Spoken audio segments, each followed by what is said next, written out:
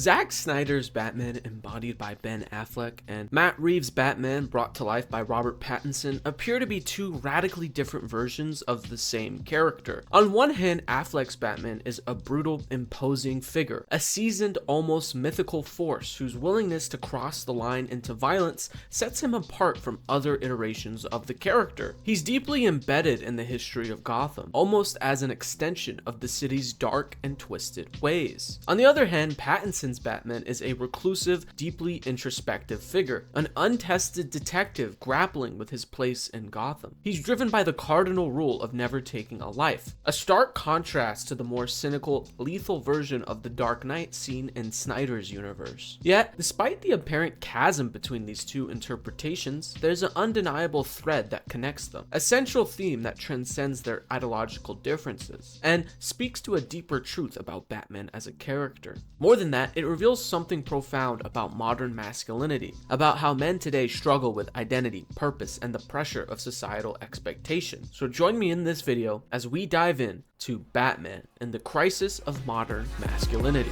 I moved on her like a bitch. I think the world's just lost its mind. Because you need to thank toxic masculinity. Well, it's not a tyrannical patriarchy. Men are lonely. Masculine energy, I think, is good. Ironically, you're getting raped.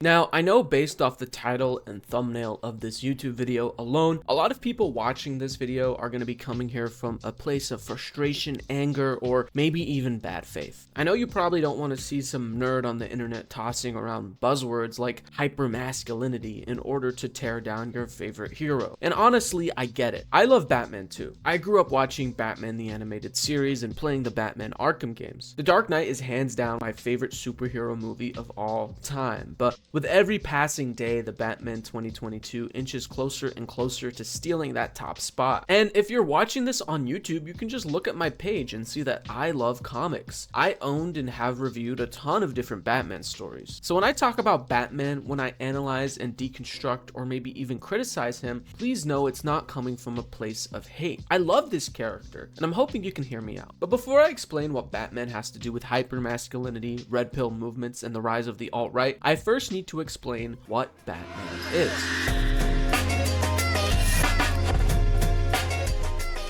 In the past decade, we've gotten two live-action iterations of Batman on the big screen. First is Zack Snyder's Batman from 2016's Batman vs. Superman and 2017's Justice League. To all you Zack Snyder fans, yes, I'm also including Zack Snyder's Snyder Cut in this list as well. And the second is Robert Pattinson's Batman from 2022's The Batman. I know we're gonna get another live-action Batman with James Gunn's new DC universe, but that's not out yet, so we're just gonna talk about these two versions of Batman. Under Zack Snyder's direction, Affleck's Batman is a brutal, disillusioned, hyper-masculine tank, hardened by years of crime fighting. His vigilantism is driven by anger, violence, and a deep mistrust of others. This Batman kills. This Batman isolates himself and refuses to trust anyone, even his fellow heroes. Snyder portrays him as a man who is given into the darkness, with a clear arc of needing to work through his rage and make a choice to evolve. His journey is one of redemption, where he must overcome his impulsive nature and prove he's worthy of leading the Justice League. This arc is about a man learning that he cannot save Gotham by drowning in anger. He must embrace hope and growth. Meanwhile, Matt Reeves' take on Batman is one of deep trauma and self-reflection. Pattinson's Batman is a silent, tortured soul, driven primarily by rage and vengeance. He's not the hero Gotham needs, but rather a man who's been consumed by his own darkness. The entire film centers on his struggle with this rage. However, by the end of the movie, he realizes that vengeance alone is not enough. He must become something more. Hope is the answer,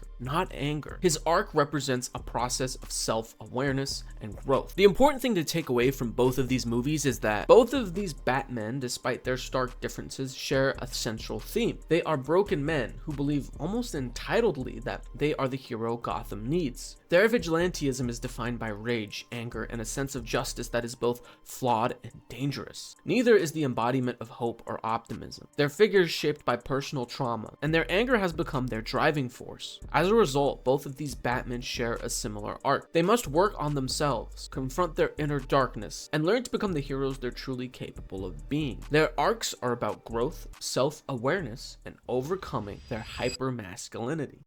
Okay, listen, I know a lot of y'all are gonna get mad at me for even saying this. You're probably loading up the YouTube comments right now, getting ready to call me a dimwit who relies on made up buzzwords to get my point across. But if you give me a minute to explain what hypermasculinity is, you might see what I'm trying to get at. The term hypermasculinity was first introduced in an academic research paper from 1984. The paper was titled Measuring a Macho Personality Constellation, authored by Dr. Donald L. Mosher and Dr. Mark Serkin, and published in the Journal of Research and Personality. This study laid the foundation for understanding hypermasculinity, developing what they called the hypermasculinity inventory. The inventory defined a hypermasculine psyche by 3 specific traits. Number 1, a callous sexual attitude towards women. Number 2, viewing violence as inherently masculine. And number 3, finding danger exciting and thrilling. Over the years, however, the concept of hypermasculinity has evolved. More contemporary research now recognizes that it is a spectrum rather than a fixed set of characteristics. For instance, a 2014 study titled Men at a Crossroads, a profile analysis of hypermasculinity in emerging adulthood, suggests that hypermasculinity is not a catch-all concept. Instead, it varies in intensity, with individuals embracing different levels of it, which can lead to a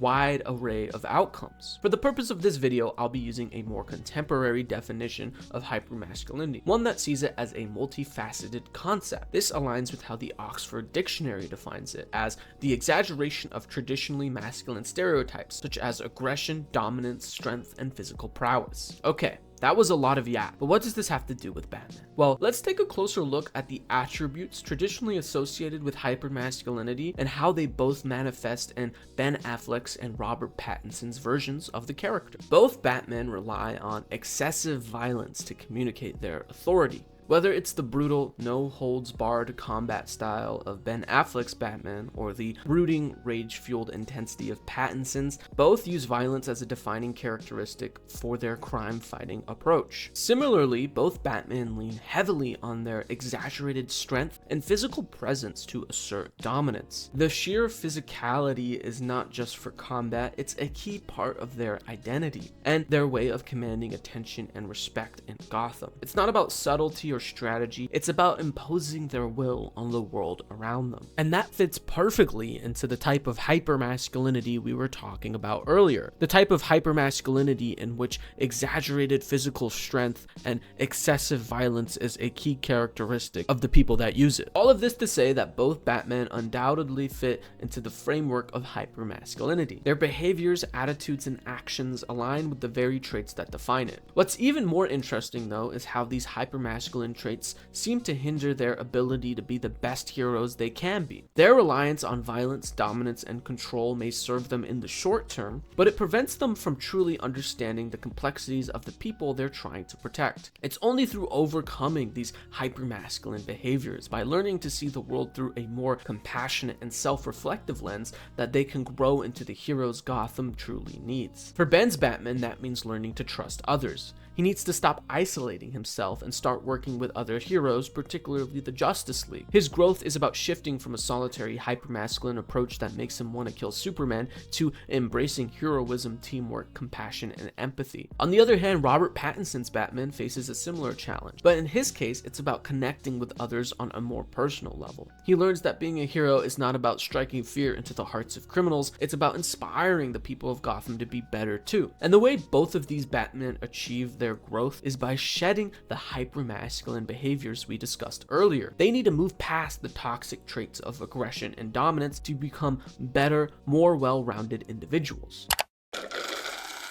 After recording and editing this video, there was a really interesting point that I realized I didn't bring up. Shout out to the homie David for bringing this to my attention. But that's the fact that if crime is an issue that Bruce Wayne wants to solve, being Batman is not the solution. Why do criminals commit crime? The threat of going to jail is terrifying, but the threat of not having money on your table to feed yourself, to feed your family, to pay your rent is scarier than the threat of going to jail. If Batman beats up these criminals and sends them to jail, what happens a year, 2, 3 years when they get out of jail? These criminals have been in jail for a long amount of time. Now they have a felony charge on their record. They have no hard skills. They're basically a walking scarlet letter. No one in society is really going to want to hire a criminal. So do you know what these people do? They commit more crime. You know what the solution to this problem is? It's not Batman, it's restorative justice programs. Restorative justice programs that billionaire Bruce Wayne has the capability of creating and funding. If Bruce Wayne really wanted to fix crime, he would put his money where his mouth is and put millions of dollars into criminal justice programs. Criminal justice programs that statistically lead to lower rates of criminal recidivism. That's the solution to crime. Not dressing up like a bat and beating people up. This just kind of feeds into that bigger idea that Bruce Wayne is being Batman not for people, but he's doing it for himself. The implementation of Batman does not make criminals less incentivized to commit crime. The fear of starving and not having money is scarier than the fear of getting beat up by a guy in a bat suit. And it just goes to show, Bruce Wayne is Batman for himself, for these hyper-masculine reasons we talked about earlier, because he views the aggression and the power and the dominance that comes with Batman as important. He views the danger as exciting. The hyper-masculine elements of Batman make Bruce Wayne want to be Batman. Anyway, back to the video. But what I find especially interesting about this is how it feels very relevant to what's happening today with many young men.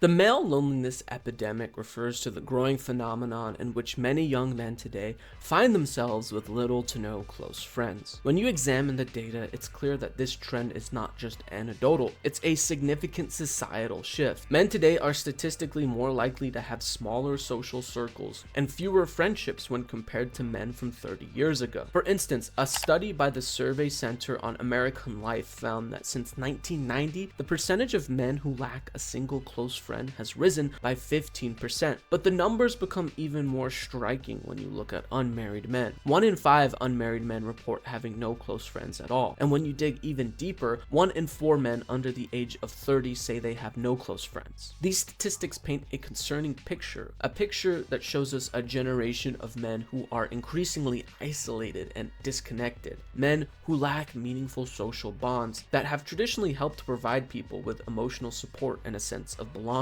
It's a trend that has implications for mental health, well-being, and overall life satisfaction. Identifying the root cause of this epidemic is complex and would be the subject of its own video essay. However, it's clear that factors like COVID-19 lockdowns, the rise of social media and online communities, and the proliferation of remote work and online classes have created a generational shift that makes it even harder for young people to find opportunities for in-person interaction. Additionally, patriarchal norms encourage men to suppress vulnerability, reinforcing the idea that expressing emotions or seeking help is a weakness. This makes it even harder for young men to form deep, meaningful relationships that could provide them with the support they need. But it's also crucial to recognize that this isn't a problem limited to young men. It's just something that seems to disproportionately affect young men. Both women and men live in a capitalist society that endorses this idea of hustle culture, a hustle culture that values labor over anything else, which makes it increasingly harder for individuals to create a healthy work-life balance separation, leading to situations where people feel both overworked and tired, making it pretty obvious why someone wouldn't want to go out and socialize after a work week.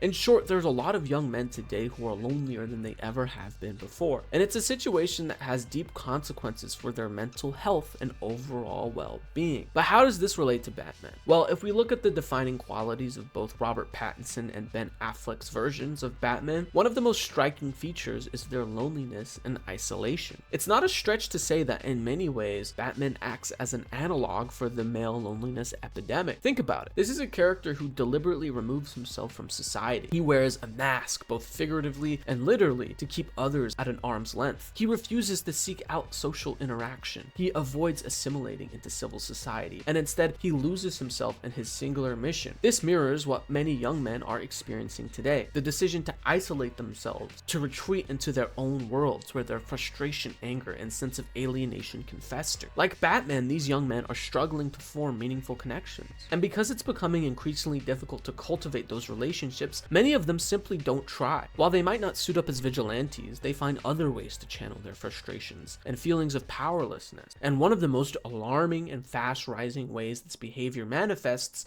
is through the rise of the red pill ideology. The Red Pill movement is an online ideology that promotes toxic and hypermasculine views on gender, relationships, and society. It encourages men to adopt a mindset where they reject traditional values of equality and empathy in favor of dominance, control, and an exaggerated sense of male entitlement. The movement gets its name from the 1999 film The Matrix, where the taking of the red pill symbolizes a decision to see the harsh, uncomfortable truths of the world, often interpreted by followers as a rejection of mainstream views on gender dynamics. This is also incredibly ironic because The Matrix is a movie that was made by two closeted trans women at the time, and so there's a lot of merit in the fact that the movie The Matrix is an allegory for the transgender experience. The taking of the red pill in the movie The Matrix does not at all symbolize the embrace of the hypermasculine worldview that the red pill folk believe it symbolizes, but alas, they've kind of co-opted the meaning of the movie to fit their own narrative, and now it's being used to justify their toxic framework. The red pill ideology manifests in different ways. For example, you have gender essentialists who believe that men and women are both biologically and physiologically different, which means women should be treated differently from men. An example of this would be a person who believes that because women have periods once a month, it means they shouldn't be trusted in positions of power because their periods make them act irrationally. What if she's the president, and some country wants to go to war with us, and that she's on her period? That's a genuine concern. Then there's another common red pill belief that views feminism as a Western ideological plague that seeks to disarm and weaken men's status in society. Feminism has become less about actual equality and more about supremacy. It's not about equal rights between men and women. It's about women being superior to men. This is far from the truth though. Most feminists don't want to hurt men. They simply want more equitable representation. More broadly, the red pill ideology preaches to men that high value men succeed in courting women. It's not about personality or interpersonal skills. It's about muscle, status, and money. These hypermasculine traits are the tools that red pill folk believe they need to succeed in attracting women. Another common trait of the red pill movement is a distrust of mainstream institutions. They believe things like academia and mainstream media are forcing political agendas onto their patrons, hence further weakening men's position in society as traditionally masculine and powerful figures. And this is just the tip of the iceberg. There's so many other ways in which the red pill ideology seeks to further empower men at the expense of other marginalized groups, but most predominantly women. But when you take a step back and look at the people who consume the red pill ideology, it makes sense why these people would do so. The people that traditionally fall victim to this way of thinking are young men who are left feeling lonely and isolated from society due to the wide array of factors we talked about earlier. These are young men who are seeking purpose, and the red pill way of thinking offers these men a chance of empowerment. It exploits their loneliness and makes these men believe that they are victims of a broader societal issue, and tells them that the way they can break free from their shackles of loneliness is by embracing traditional hypermasculine values that prioritizes the individual over the community, and values that quite frankly hurts more people than it helps. When you zoom out and look at generational trends, it becomes even more clear of how this cultural divide is unfolding. Despite Gen Z being widely regarded as one of the most progressive generations in terms of political engagement, there's a notable split when it comes to how Gen Z approaches issues of gender and ideology. For example, this Gallup poll shows us a series of data from 1999 to 2003, and it highlights just how stark this gap has become. There's now a nearly 23-point ideological divide between Gen Z men and Gen Z women, with men shifting more towards the right with conservative views while women continue to embrace progressive ideals. To put this in perspective, in 1999 there was only a 12-point gap in political affiliation between men and women in the same age group. The 2024 United States presidential election further underscores this growing divide. Donald Trump has boasted on about how his strong performance with the youth vote helped him win the election. We won the youth vote by 36 points. And it's true. Young white men played a significant role in ensuring Trump's victory over Kamala Harris. While voting for Trump doesn't necessarily mean you subscribe to the alt-right or red pill ideology, it's clear that the way Trump positions his platform is in many ways meant to appeal to red pill and alt-right groups. Donald Trump's current anti-DEI policy stance is one that blames diversity initiatives for issues in America. Initiatives that are simply meant to help bridge equity gaps for groups that traditionally lack lack equal opportunity, groups like women and people of color. Donald Trump's stance on trans people is a stance that aims to erase trans people's right to exist entirely by removing any mention of transgender people within government spaces. On top of that, at least 25 women have accused Trump of rape, sexual assault, and sexual harassment, with Trump even being found civilly liable for sexual abuse in 2023. Long story short, Donald Trump positions himself as a macho man who rejects notions of gender and racial disparities, and he wears his hypermasculinity on his chest. It's an attitude that red pill and red pill adjacent people are enamored with, especially young men who feel like society is making it harder for them to exist as men. Young men that, as we discussed earlier, are very susceptible to this quote-unquote male loneliness epidemic. They feel that Donald Trump's appeal to hypermasculinity is a return to common sense. However, if you step away from the political arena and just take a broader look at the cultural climate, there's a pervasive theme of red pill adjacent conservatism that dominates much of the public conversation. One of the most notable figures in this cultural shift is Joe Rogan, the biggest podcaster in the world. Rogan often claims to be politically neutral, yet he endorses Trump and regularly invites guests on with conservative and alt-right leanings. Rogan's platform, which boasts millions of listeners, many of whom are young men,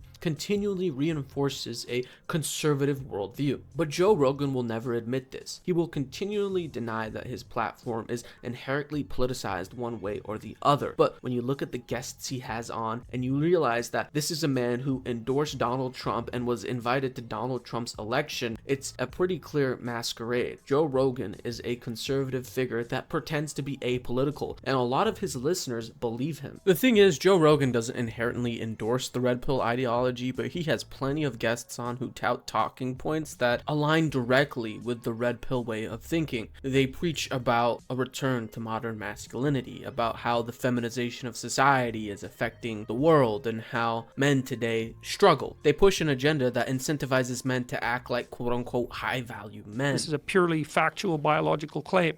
Is they pick a monogamous marriage and they cheat with high status guys. It's a hypermasculine worldview that mirrors the exact type of rhetoric that Trump and people like him also engage with. A type of rhetoric that is deeply popular with young, lonely men. But what does this have to do with Batman? Well, if you subscribe to the idea that Bruce Wayne is an analogy for the male loneliness epidemic like we discussed earlier, then I believe Batman is an analogy for the red pill ideology. Just like Bruce Wayne, a lot of these young men are lonely and angry and frustrated with the world. They've been through a lot. They have a lot of anger and trauma and hatred in their hearts. So they take their energy and they put it into something. Just like Bruce Wayne, they put their energy into an ideology that seeks to empower them. While Bruce Wayne believes that the Batman persona is a empowering figure that gives him the ability to move past his trauma, people in the red pill spaces believe the same thing. They believe that the red pill ideology is a way that they can move past their issues by embracing a form of traditional masculinity in light of what's going on in society. Just like Batman believes criminals in the world are the root cause of pain and anger, people in the red pill movement believe that feminists and SJWs are the root cause of their pain and anger. The red pill movement, in my opinion, is a pretty clear analogy for how Batman operates as a mask for young people to hide their anger and pain with the world. But I think it goes even deeper than that. This cultural shift isn't just something we see in election results and podcasts. It's happening in online spaces that a lot of young people are a part of. So now I'm going to take a deep dive into the psyche of Gen Z and explore how online content geared towards young men often serves to instill alt-right principles. Alt-right principles that use hypermasculinity to justify their reactionary worldview. So let's talk about hypermasculinity, Gen Z,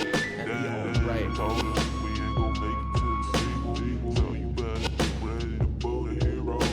To put this into context, the Oxford Dictionary defines the word alt-right as a right-wing ideological movement characterized by a rejection of mainstream politics, by the use of online media to disseminate provocative content, often expressing opposition to racial, religious, or gender equality. One really easy example we can talk about is Andrew Tate. This is a former kickboxer turned reality TV star who later became an influencer. Tate's content is tailor-made for young, lonely men looking for guidance. Andrew Tate's message message at first glance centers around self-help, health, and wellness. He presents himself as a guru, teaching young men how to achieve financial success, start their own business, and become quote-unquote high-value individuals. His courses, including Hustlers University, promises to equip individuals with the tools to build wealth and live a life of luxury, appealing to the aspiration of many young people who are searching for direction. Tate's success is undeniable. He was one of the most Googled people in 2022. His online Hustlers University program attracted over 100,000 users. And looking at online polling data, Tate's influence is particularly strong among young men, especially those aged 18 to 29. The truth is that the data is there. Tate is a deeply popular figure, whether you like it or not. But when you take a step back and look at the message Andrew Tate is preaching, it's downright terrifying. At his core, Tate is a self-proclaimed misogynist. His views on women are nothing short of dehumanizing, often treating them as objects to be used and discarded. Use up pussies for the broke boys. Like, no, he ain't playing those games. He wants it fresh. His perspective on gender dynamics is troubling, toxic, and dismissive, reinforcing the idea that women only exist for the pleasure or benefit of men. But it doesn't just stop there. Tate's disdain for marginalized communities is deeply concerning. He has openly expressed his belief that queer individuals are propagandizing the youth. His rhetoric continually paints men as victims of a societal agenda that is programming them to be weak and pathetic. Tate frames his worldview as the antidote to this supposed beta male crisis. I call Morpheus all the time in my DMs because I'm trying to wake people up. If the Matrix is real and you are watching this video, I am Morpheus. I am the guy trying to wake you up from slavery. Positioning himself as a guide to reclaim masculinity and reject all things progressive or inclusive. His rhetoric falls in line with the definition of alt-right ideologies, pushing provocative content that directly opposes racial and gender equality. Females don't have independent thought. They don't come up with anything. They're just empty vessels, waiting for someone else to install the programming. And that's just the surface. I can do a whole video talking about how he's been involved in a fraudulent $200 million cryptocurrency scam, exploiting vulnerable followers under the guise of financial education. And if that's not enough, Tate is facing criminal charges for rape and human trafficking. Yet, despite these serious allegations and criminal history, his content still continues to accrue millions of views online. What's perhaps most chilling about Tate's persona is how he employs a hypermasculine tough guy image to justify his worldview. He leans into the exaggerated version of masculinity to peddle his beliefs. No man wants to be a little crybaby if they're honest with themselves, and no woman certainly wants to fuck a little crybaby. Reinforcing his toxic messaging with the appearance of strength and power. There's plenty of other red pill gurus and alt-right influencers who brand this same type of hypermasculinity to push their content onto young and lonely men. The key message behind all of these podcast bros is simple: embrace aggression, dominance, and reject societal norms to find power. It's a formula that preys on vulnerable young men who feel lost, isolated, or disconnected. It feeds these young men a vision that the world is rooted in anger, resentment, and fear. Okay, but once again, what does this have to do with Batman? Well, let's think about it. What is Batman? What does Batman do? Batman rejects societal norms and feeds off of anger. He presents himself as the hypermasculine figure that Gotham City needs. What does Andrew Tate do? Andrew Tate rejects societal norms and feeds off anger. He presents himself as the hypermasculine figure these young men need. It's the same flavor of hypermasculinity across the board. A form of hypermasculinity in which the individual consumed by it assumes they are already the best version of themselves, and that other people need them in order to be better. To reiterate, both Batman and Andrew Tate exhibit key characteristics of hypermasculinity. They both view violence as inherently masculine, and they both find danger exciting and thrilling, and they use this worldview to dictate their actions. They use this framework to quote-unquote save people. Andrew Tate believes he's saving young men, and Batman believes he's saving Gotham. But remember what we discussed earlier? Batman's hypermasculine worldview hinders his ability to be the best hero he can be. Pattinson's Batman's hypermasculinity forces him to instill fear into people's hearts, fear that makes Gotham a worse place for its citizens. And Affleck's Batman's hypermasculinity makes him a murderous monster who tries to kill Superman. Their hypermasculine actions do more harm than good. Just like how Andrew Tate's so-called mission of helping men does more to hurt men than help them. Tate's worldview makes these men angrier and more aggressive people who adopt dehumanizing views on women, views that align with the alt-right's harmful mission to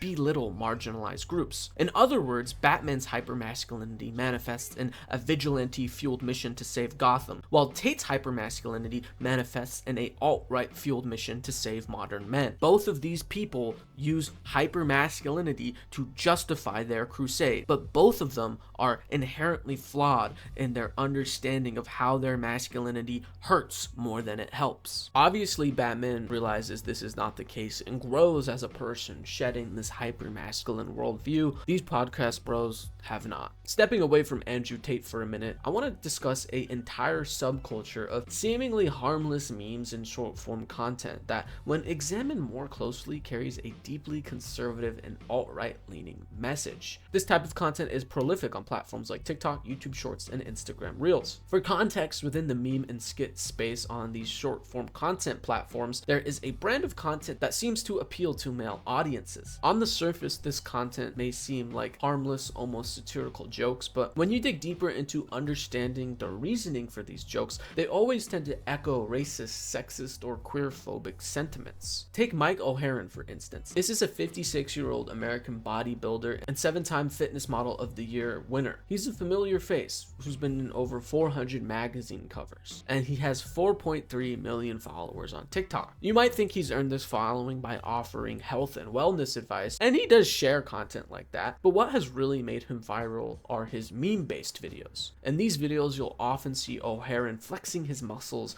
looking like the epitome of strength, accompanied by slowed down music with a witty text prompt on screen. On the surface, it may look like this is just another fitness influencer sharing his routine with a fun little joke, but the reality is that the majority of his viral joking content comes at the expense of women and queer people. O'Haron regularly makes jokes about women, implying that women who are sluts, whores, and OnlyFans thoughts are inherently bad and evil people. These aren't just throwaway lines, they feed into a hypermasculine worldview where women are seen as sexual objects. They're there for men's amusement and desire. And O'Haron uses his incredibly physical appearance and strength to position himself as the ultimate symbol of masculinity, only then to belittle and objectify women for laughs. For example, look at this meme. It's a play on the feminist idea that women belonging in the kitchen is an inherently patriarchal system, a system that believes women have no other value than providing for men. It then follows up that notion by implying that women's value belongs outside of the kitchen, but still in the household.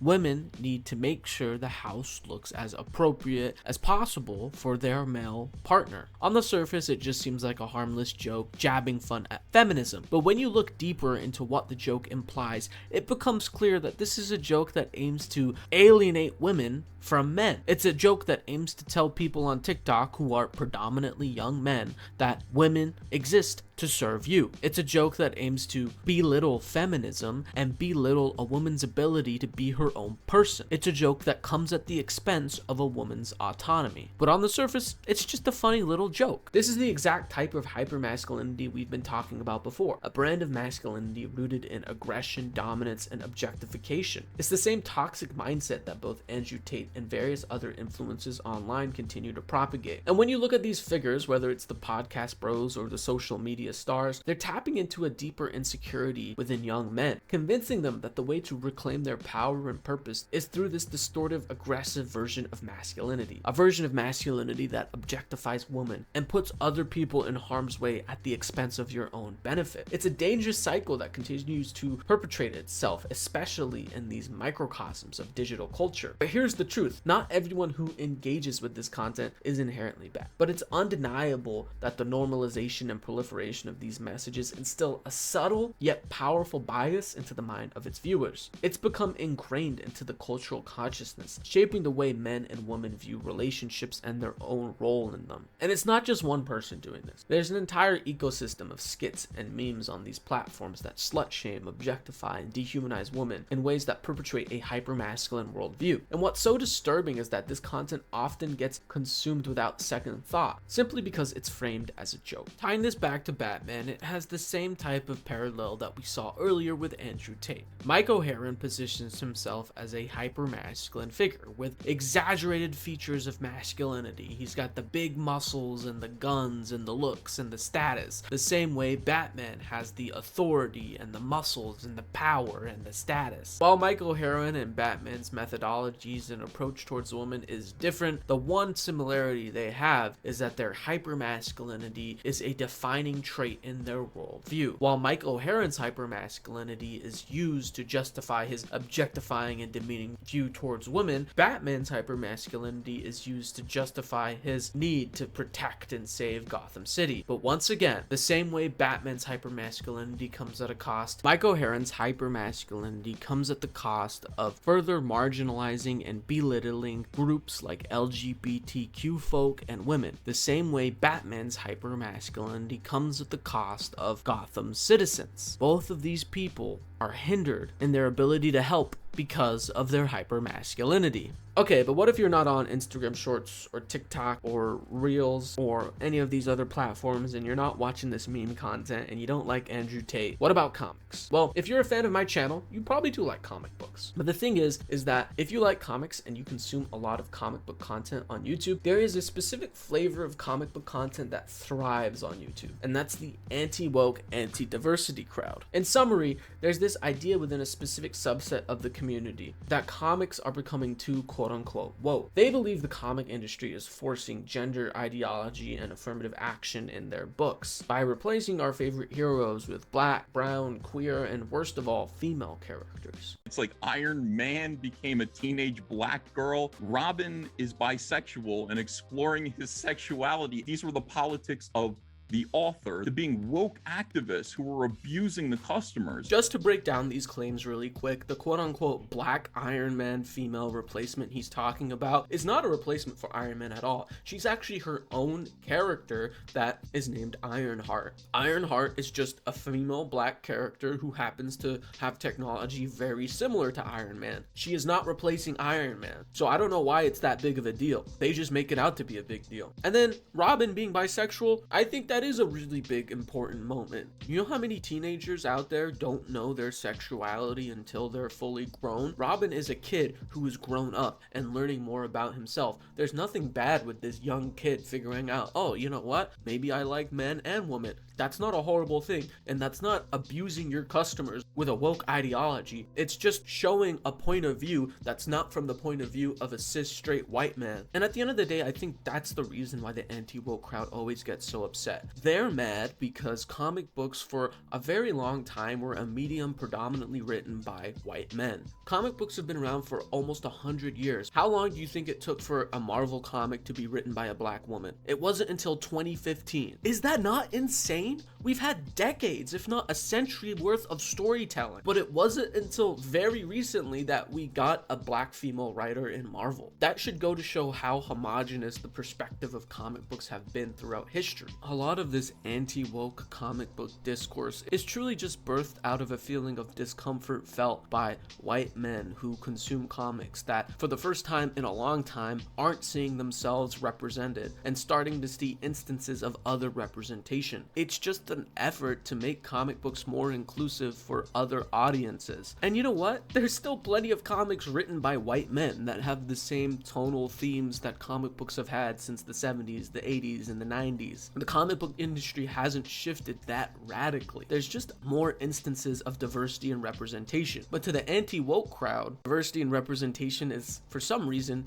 an intrinsically bad and woke thing. In reality, the term woke was originally used by black folks as early as 1930 to reference the awareness of social and political issues affecting Americans. Being woke is not a bad thing at all. In fact, being woke means you were simply tapped into the culture and understood the harms affecting black folk, brown folk, queer folk, and women. But in 2025, the word woke has been co-opted by right-wing lunatics. It's now a catch-all buzzword used to talk about pieces of media that don't align with the homogenous views of conservative folks. It's crazy. You think making media that aims to uplift marginalized groups would be a good thing, but to them, it's the worst thing you could possibly do. This type of verbiage has become so prominent it's leaked into mainstream discourse, with even the new Spider-Man voice actor from the Your Friendly Neighborhood Spider-Man show saying that one of his biggest fears for the show was that it was going to be too quote-unquote woke. Another common thing you might have noticed is that a lot of talking points used by these alt-right figureheads intersect with a hypermasculine worldview. Remember our definition of hypermasculinity, where hypermasculinity is defined as a concept used to describe the exaggeration of masculine stereotypes such as aggression, dominance, strength, and physical prowess? You could say the same thing about the anti-woke crowd. While a lot of these guys might not be super buff, they project their hypermasculine belief into these fictional characters. They love strong male characters. They don't want to see a strong female character. To them, these female characters don't deserve agency, and when female characters do get agency with new projects, the anti-woke crowd gets pissed about it.